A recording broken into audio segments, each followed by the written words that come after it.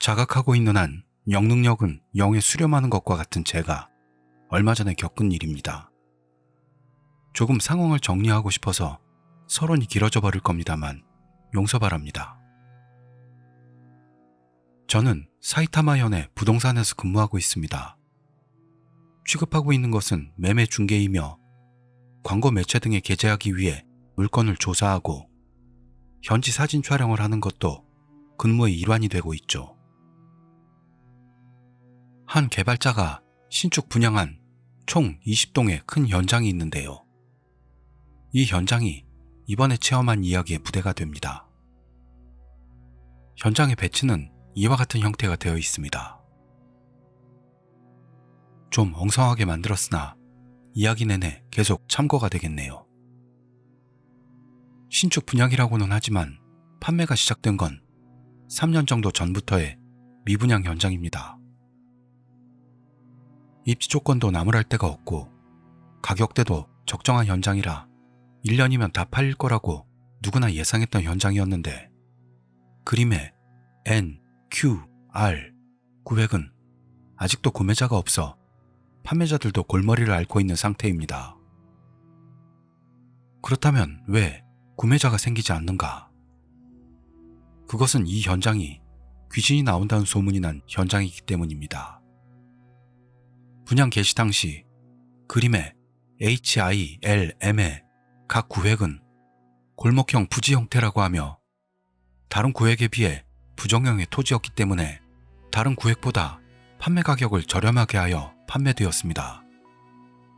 불경기의 세상이라 질보다 가격을 선택하는 고객은 많고 이 현장 내에서도 HILM의 각 구획은 바로 구매자가 붙었죠. M을 인도한 지 반년쯤 지난 어느 날 M에 살던 남편이 2층 옷방에서 목을 매 숨진 채 발견되었습니다. 회사에서 정리해고되어 일가가 뿔뿔이 흩어졌고 남은 것은 수천만의 주택담보대출뿐. 아마 내몰린 끝에 택한 극단적 선택이었을 겁니다. 슬프긴 하지만 이 시국을 생각하면 자주 있는 일이죠. 그러나 M집은 친척들의 요청으로 판매업자를 통해 최종 유저에게 매각하게 되었습니다. 완판 전에 분양지 내에서 이와 같은 사건이 일어나는 건 매도인으로서도 상당한 타격이었던 것 같고 당시 담당자였던 다나카 씨도 장기전을 각오하지 않으면 안 된다며 한숨을 쉬고 있었습니다.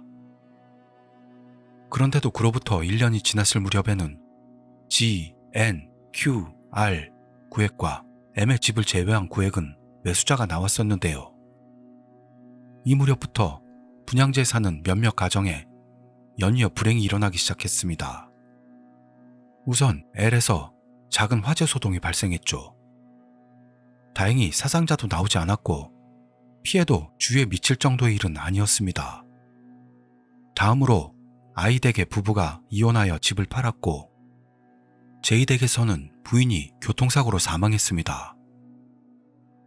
모두 우연일지도 모릅니다만 이렇게 계속 가다 보면 역시 섬뜩할 것 같다며 분양 개시로부터 2년이 지났을 무렵 판매자로부터 제가 근무하는 부동산에 G, N, Q, R 구획의 위탁 판매 이야기가 나와 현재에 이르렀습니다. 그런 현장이었지만 저희로서야 딱히 특별할 것도 없어 평소처럼 물건을 조사해 현지나 주변 환경을 확인하는 일이 되었을 겁니다. 분양지 내에 거주자가 있는 물건 방문시였는데요. ST 구획에는 두 구획을 동시에 구입하여 적고런을 개업한 선생님이 살고 있었는데 꽤 소탈한 분이셔서 이야기를 들어봤더니 2층 옷방에서 목을 메고 극단적 선택을 했던 그 M집에 인접해 있는 집에서만 불행이 계속되는 것 같아서 섬뜩하네요. 하며 웃고 있었죠. 그로부터 반년 뒤, 그러니까 지금으로부터 반년 전의 일이네요. G9에게 구매자가 나와 계속 힘을 내보자 생각했던 타이밍에 ST 두 구획을 모두 쓰던 그 접고런 선생께서 집 욕조에서 숨진 채 발견되었습니다. 친척분들 이야기로는 사인은 급성 심근경색으로 사건성은 없다는 것이었습니다만 직접 이야기를 나눴던 저로서는 처음으로 이 분양지가 뭔가 섬뜩한 기분이 들었던 건 사실이었죠. 9월의 일입니다. 그때까지 위탁 판매에 들어갔던 N, Q, R 구에게 덧붙여 극단적 선택이 있었던 M집에 대해서도 위탁받게 되었습니다. 죄송한 이야기입니다만 자살 물건이라는 말을 듣고 영업부 사람들은 굉장히 들떠 있었던 것 같았죠. 그래서 곧바로 몇 명의 영업사원들이 모여 그 문제의 M집을 미리 보러 나가게 됩니다. 돌아온 일행은 저마다 입을 열어 거기는 정말 위험해 하며 입에 담고 있어 뭐가 위험하냐고 했더니 다른 구획과는 달리 공기가 무겁다. 압도적으로 어둡다. 아무리 환기를 해도 습한 느낌이 난다. 등등 뻔한 감상을 들려줬습니다. 한 가지 신경 쓰였던 건 공통적으로 아무도 없을 집안에서 킹 하는 정체 모를 소리가 울린다는데 그게 진짜 위험했다 라는 것이었습니다. 기둥이나 바닥이 울릴 거라 의심은 했습니다만 그 건물은 목조주택으로 들렸던 그 소리는 금속음 같은 또는 전자음 같은 표현하기 어려운 불쾌한 소리로 목조주택에서 울릴 만한 소리는 아니라는 것이었습니다. 거기서 영업사원 중 한 명이 질문을 했습니다. 주요사항 설명서에 넣지 않아도 될까? 이것은 계약 전에 고객에게 설명해야 하는 집에 대한 설명서죠. M집의 경우는 그곳에서 거주자가 극단적 선택을 했다는 사실을 고지사항으로 올려야 하는데 귀신이나 그와 유사한 것은 과학적인 근거가 없다면 설명서에 기재할 필요가 없다 라는 판례가 나와 있습니다. 상황적으로야 누가 가게 돼도 그 소리는 반드시 어디선가 들려올 것이기 때문에 고지하는 게 좋다. 하지만 근거도 없이 올렸다가는 올린 그 고지가 바로 문제가 될 것이라는 이유로 결과적으로 저도 직접 가서 확인해 봐야 한다 라는 이야기가 되었습니다. 정말로 긴 서론이 되어버렸습니다만 본론은 여기부터입니다. 앞에서 말한 경위로 자칭 영역이 있다는 영업사원인 사토군과 저와 둘이 얼마 전 그 M집으로 집을 보러 갔던 겁니다. 사토군은 모두의 이야기를 듣고 잔뜩 겁에 질려 있었는데요. 영업사원인데 안 보고 버틸 거냐는 비난을 받고 마지못해 동행하는 느낌이었죠. 제 경우에는 이 분양지에 대해서 스스로 사전 조사를 행하고 법무국에 옛날 지도 등을 열람해 봤는데도 과거의 공동묘지나 처형장 등이었다는 그런 이용 형태도 전혀 발견되지 않았기 때문에 다들 너무 과장된 것 같다는 생각밖에는 들지 않았습니다. 사토군의 차에 타고 현재 도착하자마자 사토군은 우와, 공기가 진짜 무거워요. 여기 정말 위험해요. 계속해서 말했습니다만 그것과는 상관없이 광고 게재용 사진을 찍어두려고 바로 외관 체크에 착수했습니다. 호미진 곳에 그 집이 있었는데 부지 형태로 봤을 때 각 방위에 세워진 건물에 둘러싸여 있었고 다른 구획에 비해 햇빛이 잘 든다고는 보기 어려운 곳이라 이렇다면 확실히 섬뜩한 분위기라고 해도 어쩔 수 없는 거라는 생각이 들었습니다. 곧이어 현관 옆에 빗물바지에 매달아 놓은 열쇠 박스에서 열쇠를 꺼내려고 할 때 현관문이 열려있는 걸 깨달았습니다. 누군가 문을 잠그는 걸 잊었는지 아니면 먼저 온 손님이 있는 건지 그런 생각을 하면서 실례합니다. 하며 현관문을 열어봤습니다.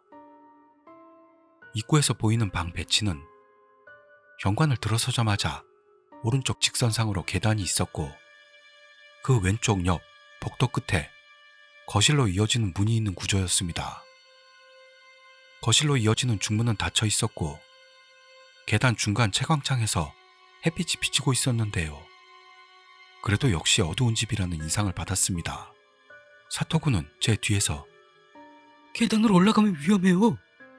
라며 호들갑을 떨었지만요. 그건 안쪽 옷방에서 극단적 선택이 있었다는 선입견이잖아. 라고 말하고 현관 안으로 발을 들여놓았습니다. 들어가는 순간 하는 소리가 들렸습니다. 사토구는 이 이상은 지나갈 수 없어요. 하며 거기서 포기해버렸죠. 저는 갑자기 들린 그 소리에 순간 깜짝 놀랐습니다만 먼저 온 손님도 있을지도 모를 일이고 그 사람이 내는 소리일지도 모른다며 아무 상관없이 안으로 들어갔습니다. 일단 거실로 이어지는 중문을 열고 1층을 살펴봅니다. 덧붙이자면 M집의 배치는 3LDK와 옷방으로 1층에는 거실과 다이닝 주방, 화장실, 세면장, 욕실, 그리고 2층에는 3개의 방과 옷방으로 구성되어 있습니다. 방을 2층에 집중시킨 배치였고 1층의 LDK 공간은 12평 정도. 가구도 놓여있지 않은 그 어두운 공간은 텅 비어있어 넓게만 느껴졌습니다. 아마 수도가 끊겨 있어 그런지 하수도 냄새가 올라와 환기를 위해 거실과 주방의 셔터와 창문을 열어보니 들어온 햇살에 살짝 밝기를 되찾은 실내는 제대로 청소도 되어 있었고 깨끗하게 유지되고 있어 보였습니다.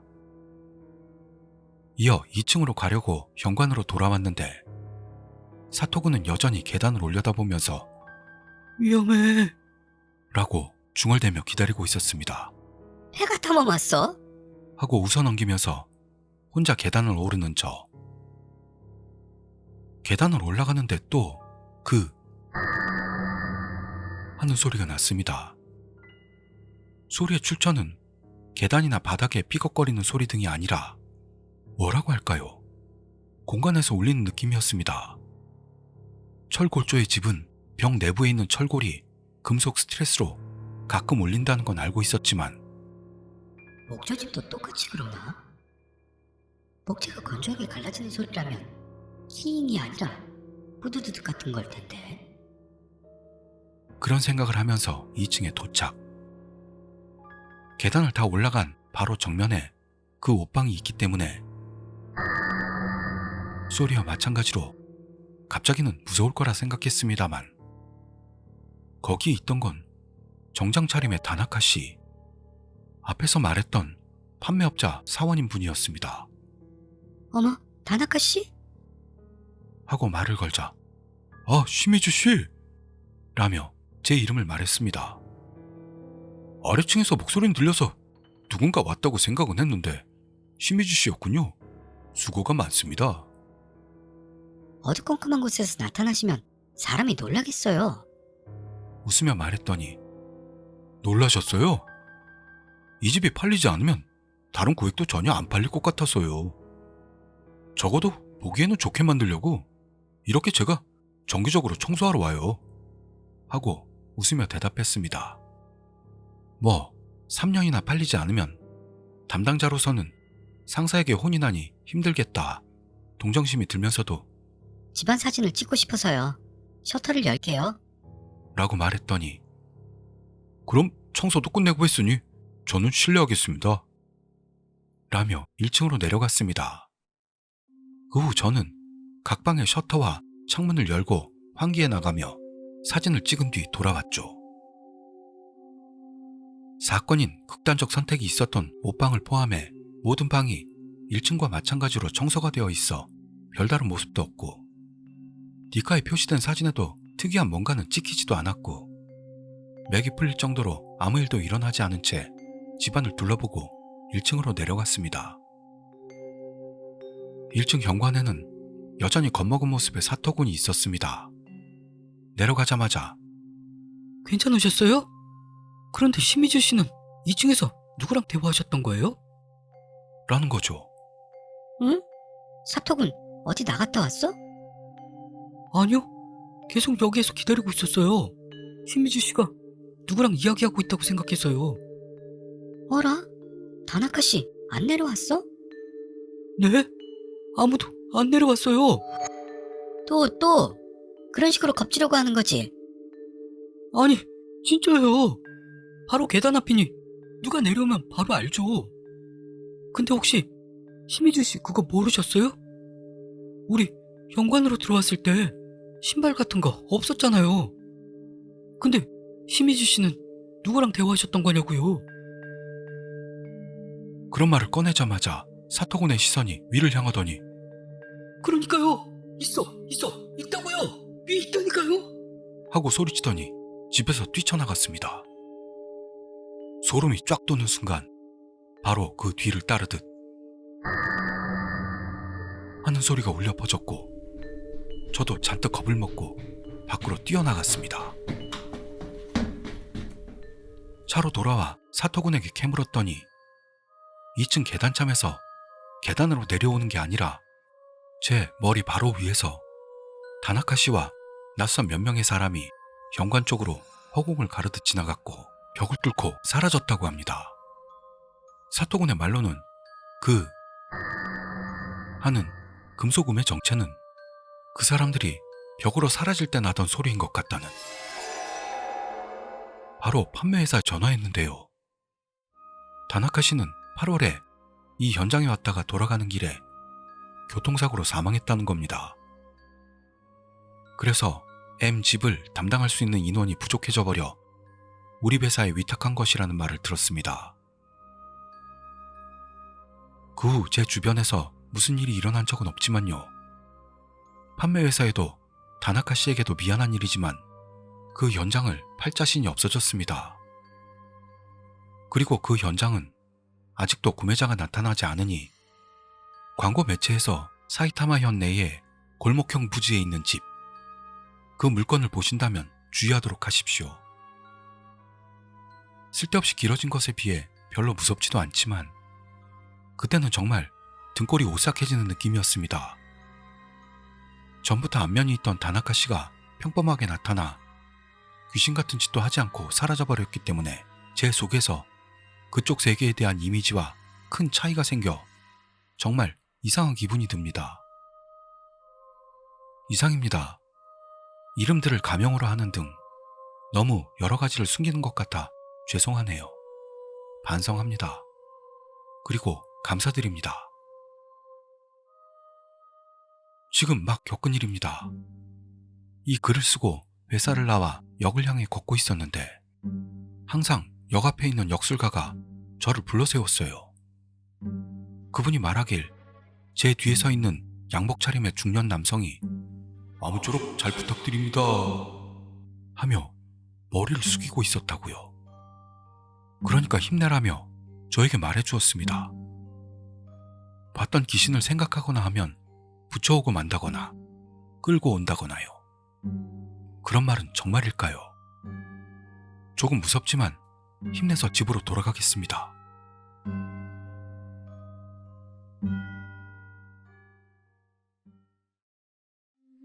복마시, 오오마가도키라고 읽는데요. 뜻은 저녁 어두워질 무렵, 즉 낮에서 밤으로 갈 시간이죠. 다소갈의 도끼라고도 하며 귀신과 만나게 되는 또는 큰 재앙을 입는다고 믿어지는 그런 때를 말합니다. 하지만 여기서는 재앙이 닥칠 시간으로 쓰인 것 같습니다. 오해 없으시길 빌며 시작하겠습니다. 저번 이야기에서 쓰지는 않았습니다만 저는 32세의 기혼녀입니다. 그 투고의 후일담이라고 할까요? 조금 곤란하게 된 일이 있어 여러분이 들어주셨으면 하는 마음에 다시 여기에 풀어보도록 하겠습니다. 우리 집은 아이가 없는 맞벌이 가정으로 13세가 되는 노묘인 수컷 고양이와 같이 살고 있습니다. 남편도 무서운 이야기를 찾아다니는 걸 좋아합니다만 지난번 분양 현장의 체험담은 비밀로 하고 있었거든요. 글을 올렸던 날 밤 먼저 귀가해 집에 있던 남편이 제가 올린 글을 보면서 부동산 업계는 무섭네.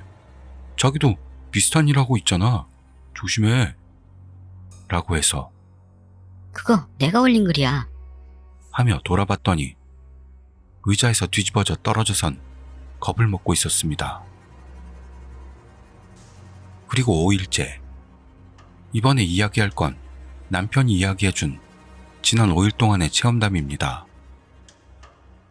우리 집은 침실에 더블 침대에서 부부 플러스 고양이 이렇게 자고 있는데요. 어젯밤부터 남편은 응접실로 사용하고 있는 일본식 방에 이불을 깔고 자게 되었습니다. 최근 남편의 몸 상태가 좋지 않은 것 같아 신경이 쓰이고 있었습니다.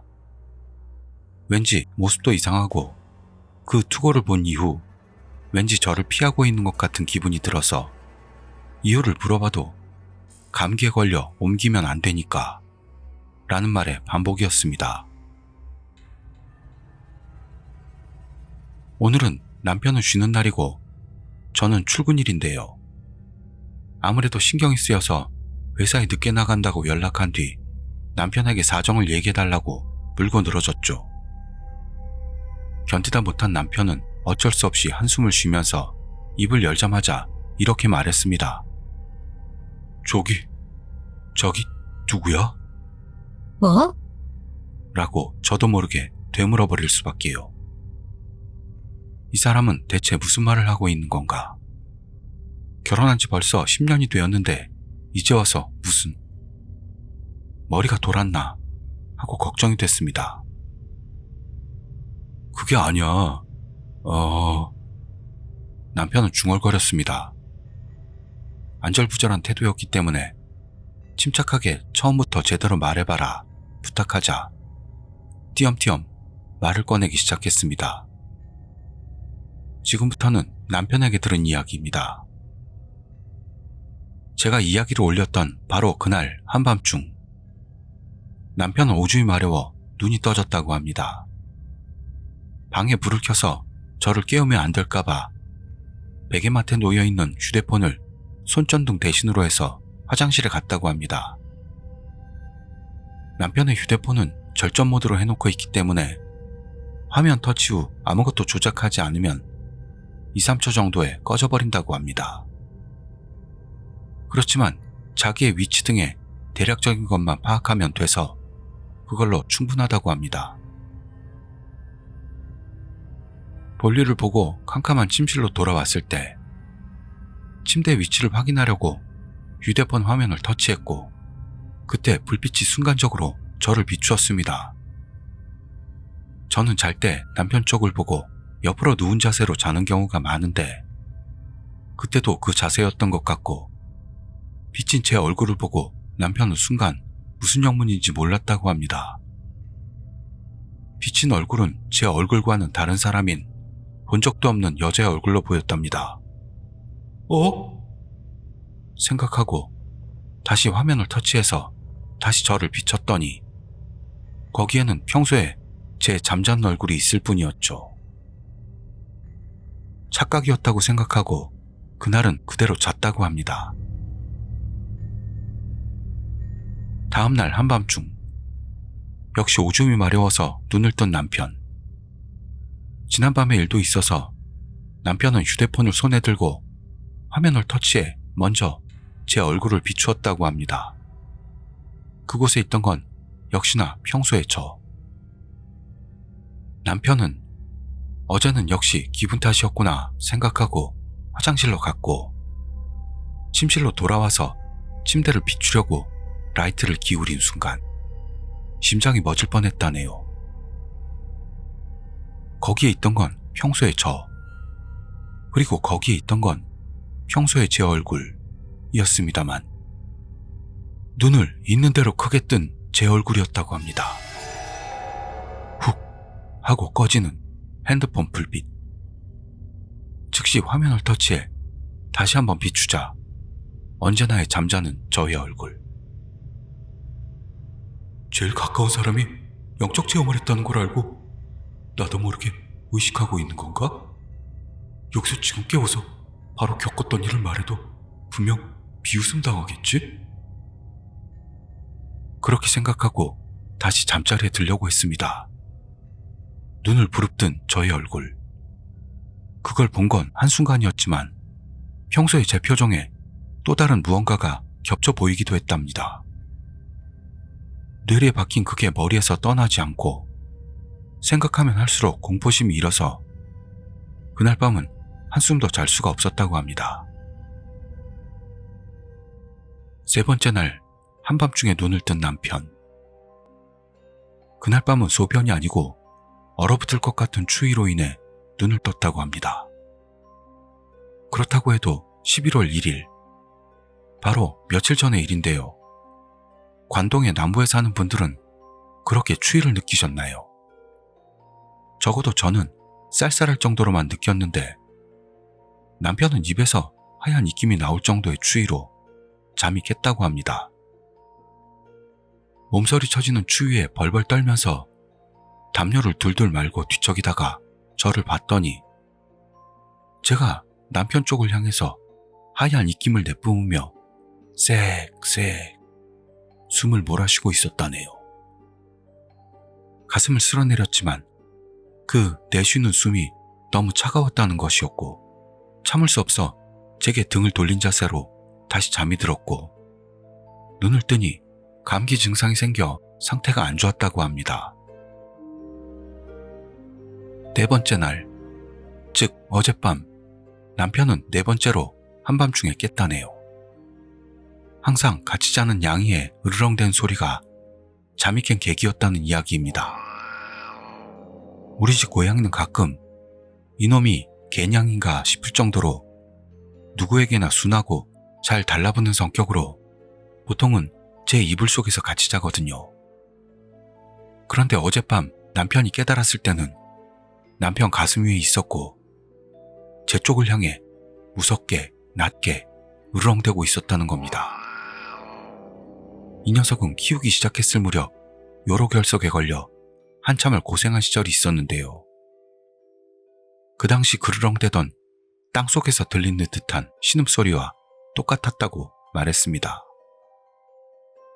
캄캄한 침실 안에서 저를 향해 으르렁대는 양이를 확인하고 밤눈이 밝은 그 녀석만이 알 수 있는 뭔가 이상한 일이 일어나고 있다고 생각한 남편. 핸드폰을 들자마자 화면을 터치하고 저를 비추다가 숨이 멎었다고 합니다. 제 얼굴이 아니었대요. 거기 있던 건 첫째 날 봤던 여자의 얼굴. 눈만은 이상하게 번쩍거리며 하얀 입김을 내뿜어오는 저와는 다른 얼굴의 여자. 남편은 계속 으르렁대는 고양이를 껴안고 침대에서 뛰어내렸다고 합니다. 내가 잘못 봤던 게 아니야? 그렇게 생각하고 휴대폰 화면을 다시 터치해 비췄더니 거기에는 조금 전의 여자와는 다른 얼굴. 본 적도 없는 우울해 보이는 표정의 중년 남자. 휴대폰이 꺼집니다. 다시 화면을 터치합니다. 덩치 좋은 다른 남자의 얼굴. 휴대폰이 꺼집니다. 다시 화면을 터치합니다. 수척한 중년 여성의 얼굴. 휴대폰이 꺼집니다. 다시 화면을 터치합니다. 또 다른 누군가의 얼굴. 같은 과정을 반복하고 그때마다 나타나는 다른 얼굴들의 공포를 느끼면서 남편은 저를 깨우려고 제 이름을 불렀대요. 하지만 깨지를 않습니다. 견디지 못하고 제 얼굴에 자기 이불을 덮고 침실을 뛰쳐나와 양이를 끌어안고 일본식 방에 틀어박혀 벌벌 떨면서 하룻밤을 지새웠다는 이야기입니다. 저기는 지금 자기 맞아? 말을 마치고 남편이 물었습니다만 정작 저야 전혀 기억이 나지 않는 상황이죠. 실제로 지금도 평소와 마찬가지로 일을 하고 있고 주위 직원들도 평소와 같이 대해주고 있고요.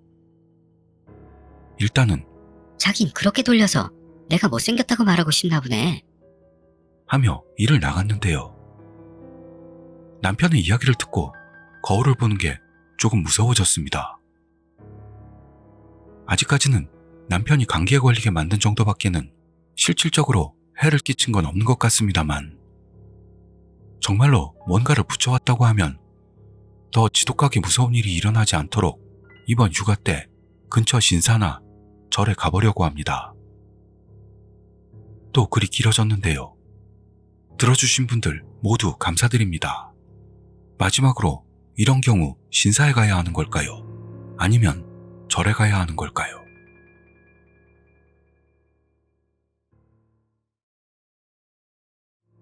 투고자 나가노현 경비회사 경영 HGC 47세 남성. 이 괴담에는 일부 자극적 표현이 사용되고 있습니다. 들으실 때는 주의해 주십시오. それはまだ私が刑事部捜査一課に在籍していた頃の話です。 이건 아직 제가 형사부 조사 1과에 있을 무렵의 일입니다. 조사 1과라는 건 살인, 강도, 폭행, 상해, 유괴, 성범죄 등의 흉악 범죄 수사를 취급하는 부서로 하루하루의 수사는 정말로 치열함의 극치였습니다. 그 조사 1과에 몸담았던 18년 동안에서도 제게 있어 가장 불가사의했던 이 사건은 20년 이상 지난 지금에도 가끔 꿈을 꿀 정도로 선명하게 인상에 남는 사건이었습니다. 사건의 발단은 방치되어 있던 한 대의 차량에서 시작됐습니다. 장마가 끝난 지 얼마 되지 않은 맹렬하게 더웠던 여름 어느 날, 산 주변 마을 주민에게서 산길 옆에 수상한 차량이 서 있다는 제보를 받고 근처 파출소 순경이 확인을 위해 산으로 향했습니다. 그 차량은 현내에서 왔으며 차량 번호 조회로 3일 전에 도난당한 도난 차량인 것을 알 수 있었습니다. 거기서 지원 요청을 받고 몇 명의 경찰관과 소방대원이 그 근방을 수색한 결과 차에서 그리 멀지 않은 산속의 급경사면에서 빈사 상태의 남성을 발견했다는 것이었죠. 구급으로 이송된 남성은 신원 확인할 물건이 없나 조사하자 차 안에서 지갑에 들어있던 유효기간이 만료된 면허증이 나왔습니다. 그리고 가장 문제였던 건 그 남성이 보통 남성은 아니라는 것이었죠. 기타오카 신이치로, 가명. 사건 당시 29세. 남자의 신원이 판명된 즉시 제가 있던 조사 1과로 연락이 들어왔습니다. 저는 형사로서 죄는 미화하되 사람은 미화하지 않는다 라는 좌우명을 가지고 있다고 생각했는데요. 그 남자만은 아무리 생각해도 인간으로서 용서가 안 되는 자였습니다. 기타오카에게는 미성년자일 때 1명, 22세 때 4명, 모두 외설적인 목적으로 어린 여자아이를 연속으로 유괴 또는 동행했던 전과가 있었습니다. 게다가 이 남성은 미성년자일 때 사건에서는 소년원에서 2년 교정교육을 이수했습니다만 성인이 된 이후의 사건에 대해서는 정신질환을 이유로 외설 행위와 유괴에 대하여 무죄 판결을 받았던 거죠. 당시 혈기왕성했던 저는 어째서죠? 피해자가 존재하는데 죄를 진 사람이 없다뇨. 분명히 정신병을 흉내내고 있는 겁니다. 속으로는 시뻘건 혀를 내밀고 웃고 있어요. 반드시 다른 피해자가 나올 겁니다. 라며 필사적으로 호소했습니다만 상사에게서도 그건 유죄가 나올 수는 없어. 기껏해야 피감치야. 라는 위로를 받으며 이 나라의 사법제도의 미숙함을 진심으로 원망했습니다. 피감치란 정신병원 등의 감치를 받아야 하는 정신 이상자에 대한 법률 용어입니다. 그 후에 재판에서 기타오카의 조치 입원이 결정되었습니다. 조치 입원이란 정신장애에 의해 자타의 우려가 있는 경우 정신보건복지법에 따라 해당 환자를 광역자치단체 지사나 시장의 권한과 책임으로 강제 입원시키는 것을 말합니다. 원칙적으로 공비의료이며 자타의 우려가 없다고 인정될 때까지 무기한 계속됩니다. 그러나 겨우 3년도 되지 않아 퇴원하고 일반 사회에 방치되어 그 후 행방이 묘연해져 있었죠. 그런 남자가 홀로 산속에 들어가 산나물 캐기를 즐길 리도 없습니다. 놈이 산에 들어간 이유는 단지 하나. 사람들에게 들켜서는 안 될 것을 감추기 위해서죠. 그 이상도 이하도 아닌 겁니다. 다만 그 이유를 듣고자 해도 본인은 의식불명 상태의 중태이고 아무래도 얘기를 할 수 있는 상태는 아니었습니다.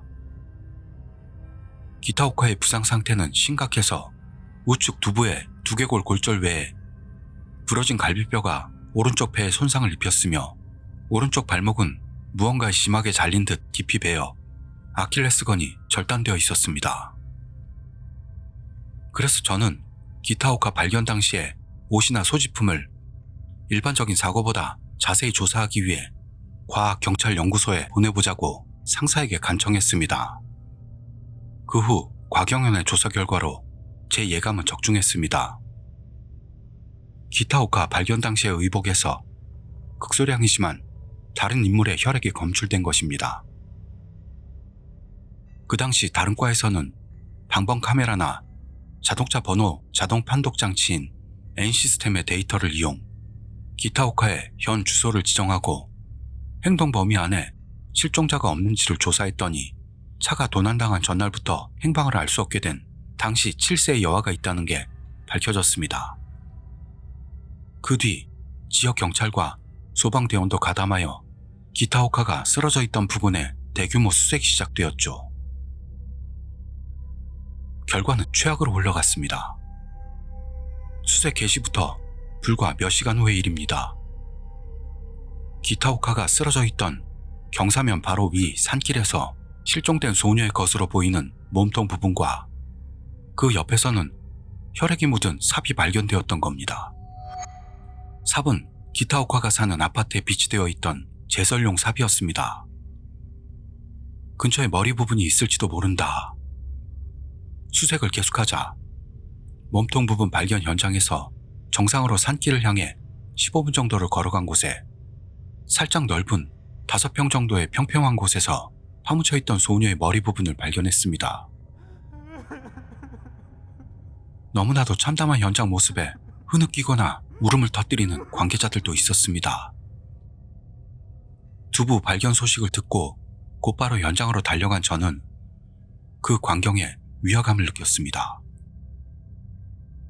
발견자의 말로는 당초 소녀의 머리는 위에서 흙이나 낙엽을 덮어 완전히 파묻어놨는데 그 앞에 일부 파낸 듯한 흔적과 찢어진 비닐봉지가 표식이 되어 발견할 수가 있었다는 이야기였습니다.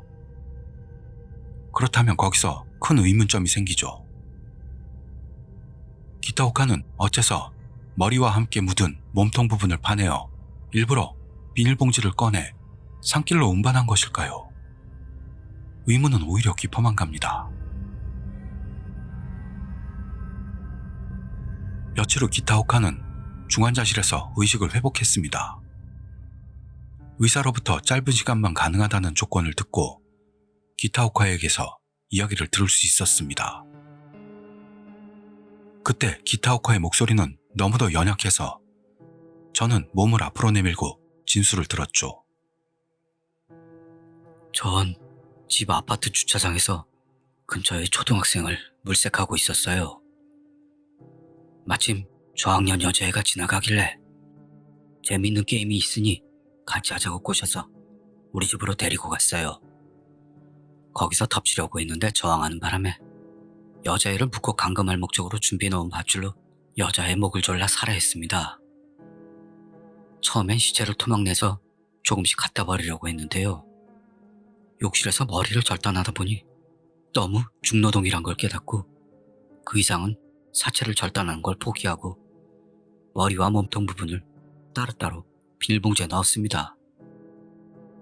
사체를 산에다 묻어버리면 발견되지 않을 거라 봐서 근처 주차장에서 차를 훔치고 아파트에 비치되어 있던 삽을 들고 자주 갔던 적이 있는 현 경계선의 산으로 향했죠. 차로 갈 수 있는 한계까지 산길을 달려 거기서부터는 시신과 삽을 들고 걸어서 산으로 올랐어요. 정상을 향해 산길을 한참 올라간 곳에서 조금 넓고 평평한 곳을 발견해서 가까운 삽으로 구멍을 파고 시신을 묻으려고 했는데요. 삽 끝이 평평해서 깊이 파지 못해 일단 시체를 숨길 수 있을 정도로 밖에는 할 수가 없었습니다. 여기까지의 진술은 상황 증거로 봤을 때 저도 납득할 수가 있었습니다. 그러나 문제는 그 뒤의 진술이었죠. 몸통은 왜 몸통만 가지고 돌아가려고 했지? 제 질문에 기타오카의 낯빛과 표정은 싹 바뀌고 공포에 질린 듯하게 변했습니다. 전 여자의 시신을 묻은 뒤 그 자리에 삽을 버리고 원래 왔던 산길을 내려갔어요. 20분 정도 걸었을 때 낙엽 위를 밟으면서 걷는 저와는 다른 발소리를 깨달았던 겁니다. 저는 바로 근처에 있던 바위 그늘에 몸을 숨기고 귀를 기울였죠. 그 발소리는 산길을 좌우로 휘청거리면서도 틀림없이 내 쪽으로 다가왔어요. 전 숨을 죽이고 그 소리를 가만히 듣고 있었습니다. 그러자 그 발소리에 섞여서 금속판을 끊는 듯한 소리가 같이 들려오고 있었습니다. 삽이다. 누군가 삽을 가지고 나를 찾고 있는 건가? 시점 있는 걸 봤나? 들켰다면 어쩔 수 없어. 죽일 수밖에. 각오하고 다가오는 발소리에 귀를 기울이면서 가만히 기다렸습니다. 전 발소리의 주인공을 향해 달려들려고 바위 그늘에서 뛰쳐나왔어요. 하지만 눈앞에 있던 건 삽을 끌면서 비틀거리면서 걷는 목 없는 소녀였습니다. 저에게는 갑작스레 믿을 수 없는 진술이었지만 두려움과 후회로 파랗게 질려 눈물을 글썽이고 떨면서 나약한 목소리로 말하는 이 남자에게 저는 처음으로 일말의 인간다움을 느꼈던 겁니다. 그 후 소녀는 끌고 온 삽을 양손으로 고쳐들고 발길을 돌려 도망치려는 기타오카의 아킬레스건을 자르듯 내리쳤고 기타오카는 그대로 절벽에서 굴러떨어져 정신이 들었을 때는 병원 침대 위였다고 합니다. 거기까지 이야기를 마친 뒤 용태가 급변한 기타오카는 그 후 병원 침대에서 꼬박 이틀 동안 악몽에 시달리면서 세상을 떠났습니다. 기타오카의 죽은 얼굴은 저도 지금까지 본 적이 없을 정도로 고통과 후회와 공포로 가득 찬 무서운 표정이었습니다. 그로부터 며칠 후 피해자 소녀의 부검 결과가 나왔습니다. 기타오카의 진술대로 사인은 교사였고 죽은 뒤 두부가 절단된 게 판명되었죠. 다만 역시 이상했던 건 피해자 소녀의 발바닥에 사후에 생긴 것으로 보이는 굉장히 많은 상처가 있었다는 것과 기타오카의 아킬레스건을 절단했던 건 사체를 묻을 때 썼던 제설용 삽으로 거기에는 기타오카를 포함한 어른 몇 명의 지문과 함께 피해자인 소녀의 지문도 묻어 있었던 겁니다.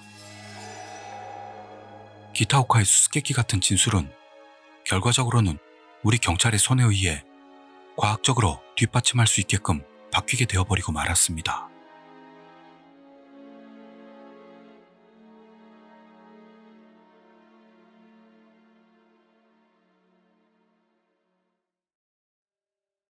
절대로 오솔에 산에는 가지 않는 기사. 투고자 차리코 하센님 40대 여성 주부. 심령 스팟 아오모리현 무츠시 오솔에산. 昔の職場の同僚女性に聞いた話です。 옛날 직장 동료 여성분에게 들었던 이야기입니다. 그 여성은 도호쿠 지방 출신으로 정말로 진실한 분입니다. 그래서 이 이야기도 믿을 수 있을 거라 봅니다. 여성분의 친척 중 장거리 버스 기사인 남성분이 있다고 합니다. 그분을 가칭 A씨라고 하죠.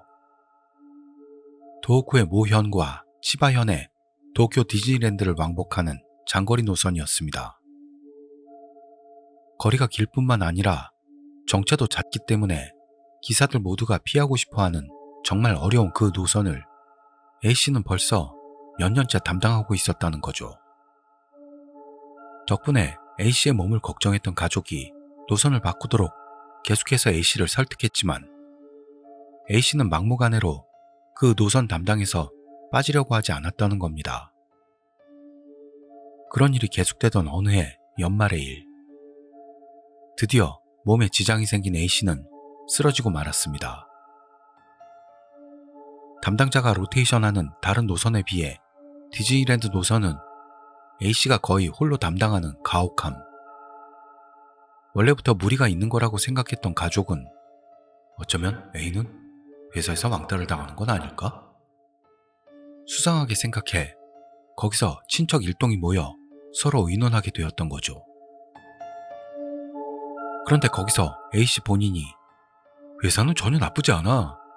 오히려 내가 희망해서 그렇게 하고 있는 거야. 라고 말했습니다. 몸을 망쳐가면서까지 그 노선을 계속할 바에는 다른 노선으로 바꿔달라고 청원하면 될걸. 하며 친척 모두가 A씨를 설득하며 다그치자 결국 A씨는 싫어! 싫다고! 하며 외치듯 반복하기만 할 뿐이었습니다. 그 모습에 놀란 친척 일동은 A씨가 안정을 되찾도록 아주 가까운 친지와 A씨와 특별히 친하던 사람만 남기고 나머지는 자리를 비우기로 했습니다. 제 동료 여성분은 A씨와 친하게 같이 자란 것 같아 그 자리에 남았다고 하네요. 그 후 이윽고 안정을 되찾은 A씨는 결심한 듯한 목소리로 이런 이야기를 꺼냈다고 합니다. 그것은 아직 A씨가 도호구지방 노선에 로테이션으로 들어가던 무렵의 일입니다. 그 버스 회사의 인기 투어 중 하나인 아오모리현의 오소레산 관광을 A씨도 담당할 때가 있었습니다. 관광으로 오소레산을 방문했을 때는 여행사나 버스 회사 직원들이 휴식할 수 있는 집이 근처에 마련되어 있어 관광객이 버스에서 밖으로 나가 있는 대기 시간 동안 운전기사는 그곳에서 쉬는 게 일상이었습니다.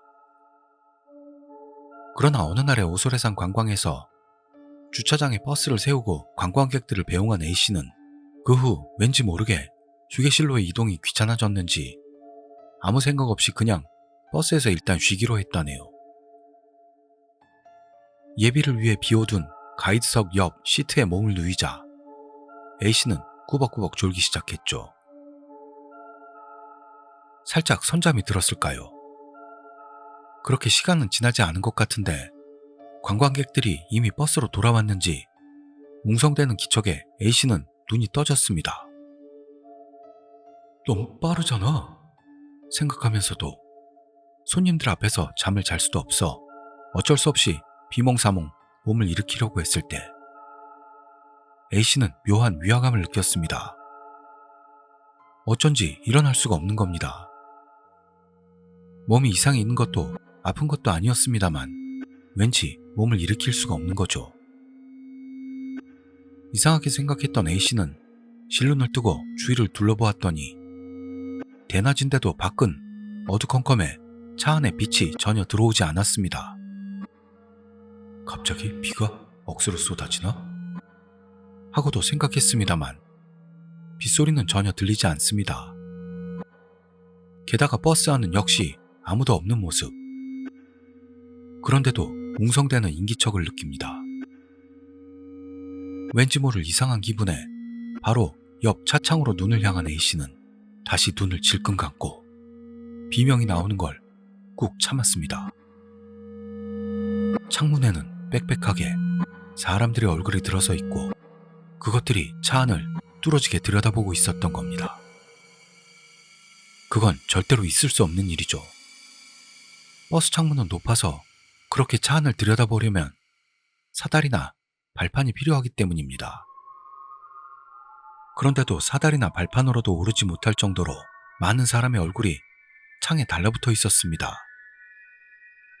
말 그대로 바깥빛을 완전히 차단할 정도로 빽빽하게 들어선 얼굴의 무리들이 눈을 동그랗게 뜨고 차 안을 살피고 있는 겁니다. A씨는 계속해서 목소리를 죽여가며 몸을 조그맣게 만들어 웅크리고 떨었습니다. 어느새인지 머리에 떠오른 불경을 입속에서 외우며 오로지 견딜 뿐이었습니다. 그리고 얼마나 시간이 지났을까요? A씨는 조심조심 눈을 뜨고 쳐다봤는데 언제 돌아왔는지 거기에는 버스 가이드의 모습이 있었습니다. 그걸 본 A씨는 안심하기보다는 먼저 아까까지 자기가 봤던 건 뭐였는지. 한동안 멍한 채 있다가 몽롱한 의식으로 가이드에게 시간을 물어봤더니 관광객들이 버스를 나간 지 30분도 지나지 않았었다고 합니다. 밖은 아까까지와 마찬가지로 쾌청했고 차 안에는 강한 햇빛이 들어오고 있었습니다. 아무래도 자신이 겪었던 일이 믿어지지 않아 석연치 않은 채 오소레산을 내려와 회사로 돌아온 A씨는 버스 세차할 때 차체를 확인하고 다시 얼어붙었습니다. 버스 창에는 밖에서 묻은 진흙 같은 손자국이 다닥다닥 묻어 있었다고 합니다. 너무 섬뜩하게 생각된 A씨는 그 경험을 말해도 어차피 믿지 않을 거라 생각하면서도 다른 운전기사에게 말해봤습니다. 그러자 너야? 라며 오래 운전했던 기사들은 모두 하나같이 그렇게 말했다는 겁니다. 오소레산 노선을 담당하는 기사들한테는 가끔씩 있는 일이야. 하며 모두가 포기한 것처럼 말했다고요. 다시는 그런 공포는 맛보고 싶지 않아. 그렇게 생각한 A씨는 오소레산 관광이 있는 도호쿠 노선 로테이션에서 빠지겠다고 했고 솔선해서 디즈니랜드 노선 담당 고정이 되었다고 합니다.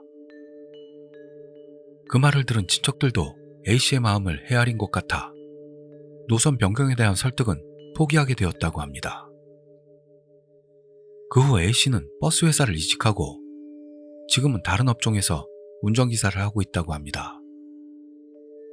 저에게 이 이야기를 해줬던 동료 여성분은 마지막으로 이렇게 말했습니다.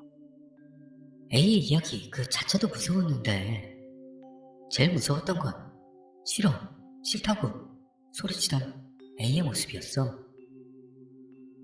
그 흐트러진 모습은 평소 A씨에게선 상상도 할 수 없는 마치 뭔가에 홀린 모습 같았다고요. 다리 밑에서 투고자 후지야마 타로님 30대 여성 주부 심령 스팟 아오모리현 아오모리시 조가쿠라 대교 数年前まで私は青森県青森市で大学生活を送っていまし 몇 た。 년 전까지 저는 아오모리현 아오모리시에서 대학 생활을 보내고 있었습니다. 원래부터 아오모리현에는 심령 스팟이 많이 존재한다는 건 소문으로 익히 알고는 있었는데 발을 들여놓은 적은 한 번도 없었습니다. 그것은 드디어 늦더위도 지나가고 단풍의 계절이 가까워질 무렵이었습니다. 대학 친구들과 외식할 때 아오모리 시내에 있는 조가쿠라 대교에서 보이는 단풍이 막 절경을 펼칠 때라고 화제가 되었습니다. 관광지로 유명한 다리라서 지금 계절은 관광객들의 차로 혼잡하지는 않을까 하는 우려도 있었습니다만 우선은 친구 몇 명이서 가보기로 했습니다. 조가쿠라 대교로 향하던 중 핸드폰으로 다리 정보를 조사하는데 심령 스팟이라는 글자가 자꾸만 눈에 띕니다. 122m나 되는 높이를 자랑하는 조가쿠라 대교에서는 스스로 몸을 던진 사람들도 적지 않은 모양으로 다리에서 아래를 내려다보면 자살자의 홀령이 끌고 간다는 소문도 있고 밤에 조가쿠라 대교는 지역 사람들도 꺼려한다는 것. 그런 정보가 인터넷상에서 속속 발견됩니다만 그런 흔한 심령 소재는 신경도 쓰지 않고 조가쿠라 대교의 주차장 안내 페이지를 열고 눈으로 보고 있자 불안한 얼굴의 A짱이 화면을 들여다봤습니다. 아무래도 살짝 영감이 있다는 A짱은 심령 스팟이라고 나열된 글씨에 조금 긴장하는 것 같았죠. 그러나 A짱이 바라는 분위기와는 달리 차 안은 그런 불온한 공기를 날려버릴 정도로 달아올랐고 순식간에 차는 목적지인 조가쿠라 대교에 도착해버렸습니다. 시간적으로 관광객도 적은 것 같고 이 정도면 천천히 단풍을 즐길 수 있다고 의기양양하게 차에서 내리려고 하는데 역시 내키지 않는 얼굴을 한 A짱이 우울한 듯 겉옷을 걸치고 있었습니다. 조금 전과 안색에는 변화가 없이 어딘가 불안한 느낌의 A짱이었습니다만 차 안에 혼자 남기보다는 친구들과 가을의 절경을 즐기는 게 좋다고 생각하는 것 같았죠. 차를 세운 주차장에서 조가쿠라 대교까지는 걸어서 바로입니다. 지나치는 관광객들은 모두 저마다 만족한 감상을 늘어놓고 있어 그 기대치는 점점 올라가고 있었습니다. 다리에 발을 들이기 전부터 그 웅대한 경치에 압도되어 그대로 다리 한가운데까지 갔더니 거기에 펼쳐져 있던 건 360도로 보이는 빨갛게 물든 단풍이었고 그것은 감동마저 느끼게 하는 광경이었습니다. 웅장한 경관에 모두 흥분해 각자 핸드폰으로 사진과 동영상을 촬영하던 중 그 A짱만은 촬영도 하지 않고 휘청휘청 다리 난간으로 다가갔습니다. 뭔가 이상하다는 생각이 들어 말을 걸어보았습니다만 분명히 평소와는 다른 모습으로 허탈한 표정으로 천천히 다리 난간을 향해 걸어가는 겁니다. 누구의 물음에도 대답은 하지 않고 난간 앞에까지 가더니 A짱은 오른팔을 천천히 하늘로 뻗는가 하더니 목만 다리 아래를 깊숙이 들여다보는 것 같은 자세가 된 것입니다. 너무나 당연하다는 듯 다리 아래를 들여다보는 동작에 모두가 초조해져 순간적으로 모두 A짱의 손이나 몸을 잡고 있는 힘껏 잡아당겼습니다. 그렇지만 모두 함께 힘을 합쳐도 좀처럼 A짱의 몸을 움직일 수가 없었습니다. 아무리 생각해도 A짱 본인 체중 이상의 부하가 걸려있다고 밖에는 생각할 수 없는 저항을 느끼고 그녀를 앉히기까지 상당한 시간이 필요했습니다. 그동안에도 A짱의 눈은 반쯤 떠져 있고 게다가 뭔가를 중얼거리는 그녀의 모습을 보고 우리는 공포에 질린 나머지 서둘러 귀가하기로 했죠. 그날은 만약을 위해 친구 몇 명이 같이 A짱의 집에서 하루 머물면서 밤을 새웠습니다. 다음날 눈을 뜬 A짱의 모습은 상당히 안정이 된 모습 같았습니다. A짱에게 전날의 일을 물어봤더니 조가쿠라 대교로 향하는 주차장에 도착할 때까지는 기억이 있는데 그 이후의 기억이 전무하다는 것이었습니다. 그 말에 모두 아연실색하고 있자 갑자기 A짱은 뭔가가 떠올랐다는 듯 새파란 얼굴로 변하더니 자기 왼팔을 내밀었던 겁니다. 조심조심 그 왼팔에 옷깃을 걷었더니 거기에는 누군가에게 강한 힘으로 잡힌 것 같은 손가락 자국이 남아 있었습니다. 떨림이 멈추지 않는 A짱은 서서히 기억이 돌아왔는지 겁에 질린 목소리로 단편적으로 생각난 걸 알려주었습니다. 캄캄한 어둠 속에서 난간 아래에 있던 피투성이의 중년 남자가 자기 팔을 계속해서 잡아당기고 있었다고요. 끝나지 않는 S자 커브길. 투고자 히나타 치나츠님 30대 여성 학원 강사. 체험 장소 아오모리현 HC 해변도로. これは私が8年前の夏に体験した出来事です。 이것은 제가 8년 전 여름에 겪었던 사건입니다. 그날 저는 직장 동료들과 바베큐를 하러 아오모리현 HC에 있는 해변 캠핑장에 갔습니다. 한바탕 식사를 끝마친 뒤에는 불꽃놀이도 하고 일부는 술도 마시고 즐거운 시간을 보냈죠. 차로 갔기 때문에 술은 마시지 않았던 저도 주변 분위기에 이끌려 꽤 신이 났던 것 같습니다. 그러자 갑자기 여름이라면 무서운 이야기지. 하고 동료 중 하나가 말했습니다. 분위기도 최고조를 맞은 연회장에서 반대할 사람도 있을 리 없고 한 사람씩 돌아가며 자신만의 무서운 이야기를 선보이게 됐습니다. 제가 선보인 건 끝나지 않는 S자 커브길이라는 현지에서는 도시전설 같은 이야기입니다만 출처는 전혀 불명이죠. 우리가 왔던 해안을 따라 달리는 도로에서 차로 도심지 쪽으로 가는 도중에 오르막 S자 커브가 몇 번 계속되는 길이 있습니다.